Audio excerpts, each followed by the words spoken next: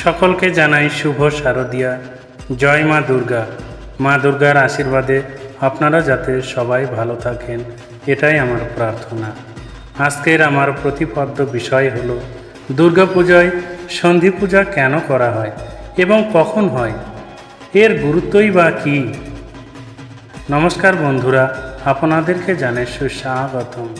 বন্ধুরা, সন্ধি পূজা সবাই শুনেছেন এবং কিভাবে হয় আপনারা সেটাও জানেন।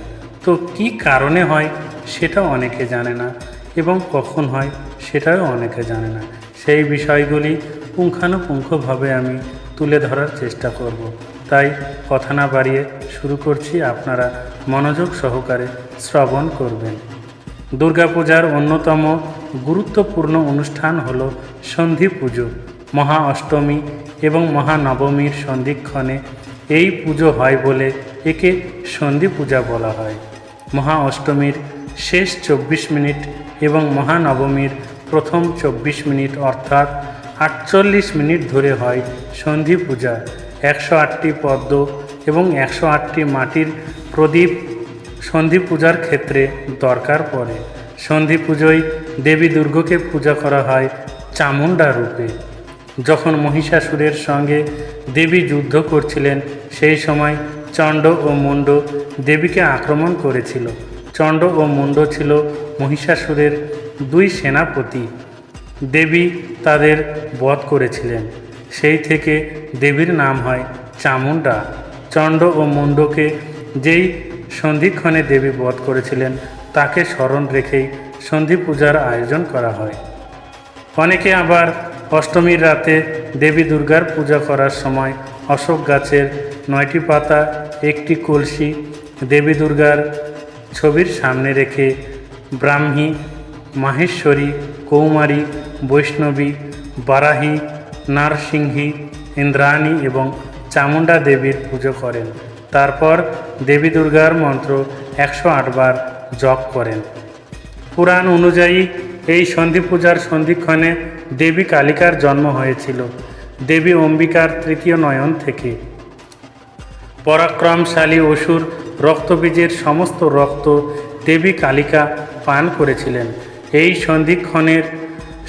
ক্ষণিকের জন্য হলেও দেবীর অন্তরের সমস্ত স্নেহ মমতার অবসান ঘটে বলে মনে করা হয়। এই জন্য সন্ধি পূজা চলাকালীন দেবীর দৃষ্টির সামনে কাউকে যেতে দেওয়া হয় না। দৃষ্টিপথ পরিষ্কার রাখার নির্দেশ দেওয়া হয়। সন্ধি পুজোর শেষ ধাপ অর্থাৎ শেষ 24 মিনিট বলিদান সম্পন্ন হয়। সাধারণত ছাগলের পাশাপাশি কোনো জায়গায় আখ, কলা, চাল কুমড়ো ইত্যাদি দেবীকে বলি দেওয়া হয়ে থাকে। কথিত আছে, সংযমী হয়ে ভক্তি ভরে নিষ্ঠার সঙ্গে উপবাসী থেকে সন্ধি পুজো করলে যমের হাত থেকেও মুক্তি মিলে, অর্থাৎ মৃত্যুর সময় দেবীর কৃপায় যমের স্পর্শও রোখা যায়। আবার বলা হয়, নিষ্ঠা এবং ভক্তির সঙ্গে সন্ধি পুজো করলে যে ফল পাওয়া যায় তা সারা বছর পুজোয় ফল লাভের সমকক্ষ। এবছর সন্ধি পুজো শুরু হচ্ছে দুপুর 3:36 মিনিটে। সন্ধি পুজো শেষ হবে বিকেল 4:24 মিনিটে। আশা করি মা দুর্গার আশীর্বাদে আপনারা অনুধাবন করতে পেরেছেন যে সন্ধি পূজা কী, সন্ধি পূজা কেন করা হয় এবং কখন করা হয়। তাই আপনারা এই পুজোয় সন্ধি পূজা উপলক্ষে সবাই উপবাস থাকবেন এবং ভক্তি সহকারে মা দুর্গার আরাধনা করবেন।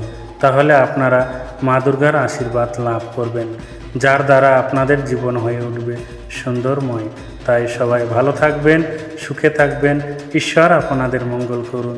জয় শ্রীকৃষ্ণ, জয় রাধে, জয় গোবিন্দ, জয় গোপাল, জয় মা দুর্গা, জয় সন্ধি পুজো।